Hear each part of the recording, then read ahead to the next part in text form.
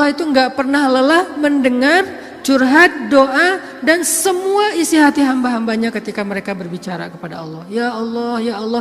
Setiap hari kita berdoa kepada Allah dengan doa yang sama, Allah nggak pernah bosan. Makanya Allah As-Sami', yang maha mendengar. Makin panjang curhat kita, Allah makin sayang sama kita. Beda kan sama orang, makin panjang curhat kita, makin ditandain besok-besok kalau kita telepon nggak akan diangkat lagi.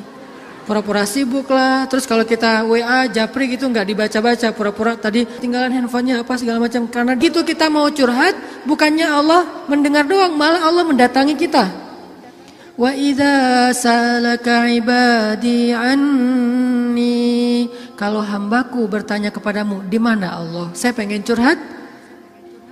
Wa idza salaka ibadi anni fa inni qarib.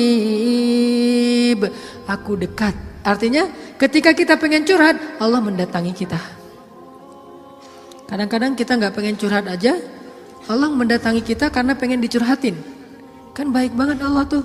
Padahal kan yang butuh kita ke Allah, bukan Allah butuh kita. Tapi karena saking pemurahnya Allah, dari arasnya turun ke langit dunia. Setelah turun ke langit dunia, Allah bertanya, hal min dhi hajah, ada enggak hamba-hambaku yang butuh pertolongan? Allah manggil-manggil kita tuh di langit dunia tuh. Allah manggil-manggil kita, kita tidur. Ilfil enggak Allah? Besok datang lagi. Hal min dhi hajah, ada enggak hamba-hambaku yang butuh pertolongan? Masih tidur. Ilfil enggak? Besok datang lagi, dan itu berlaku dari sejak Allah menciptakan manusia sampai hari kiamat. Gak pernah Allah ilfil sama kita. Inilah tempat curhat yang paling baik. Hanya ada dua, satu kepada Allah, kedua kepada pasangan.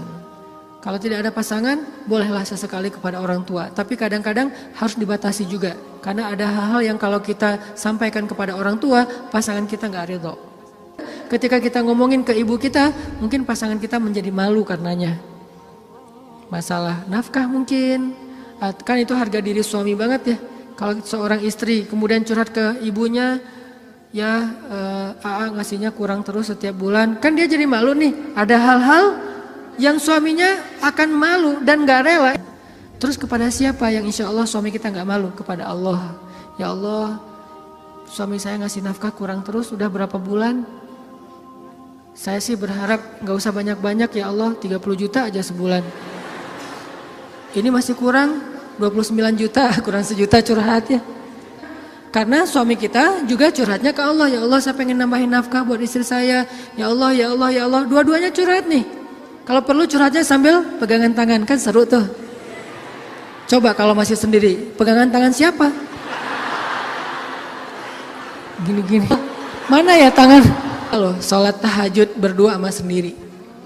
Kalau sendiri yang banguninnya alarm, nggak enak banget tuh. Ring, apa sih berisik? Tapi kalau udah berpasangan, yang banguninnya suara lembut. Kang, bangun. Akhirnya makin tidur. Ini tapi bukan fikih ya. Ini iseng-isengan saya doang nanya ke istri saya. Yang. Kalau kita sholat tuh boleh gak sih gandengan? Istri saya nanya, gandengan gimana? Jadi kita tengah malam tuh nanya-nanya kayak gituan. Gandengan gimana? Gini, jadi kita takbir terus... Boleh nggak sih kayak gitu? Nanya ya. Tapi kalau deketan boleh kan? Boleh. Ya udah deketan lagi dong. Lagi sah. Bisa nggak ngomong kayak gitu ke teman kos-kosan? Deket lagi dong. Bahaya. Makanya teman-teman curhat sama Allah SWT. Analogi dan contoh kasusnya mungkin masalah cinta dengan pasangan ya. Tapi moral of the story-nya itu bisa kita pakai dalam apa aja. Karena kita punya masalah bukan cuma dengan pasangan, bukan cuma dengan teman, tapi kita punya masalah dalam pekerjaan, dalam apa aja. Pokoknya mau curhat ke langit. Karena Allah selalu menunggu kita curhat. Yang di seluruh bumi juga makhluk-makhluk Allah selain jin dan manusia, setiap hari berdoa kepada Allah. Masa kita nggak mau berdoa? Kulla yaumin huwa fi sya'n wa la ya'uduhu hifdzuhuma. Curhat sama Allah.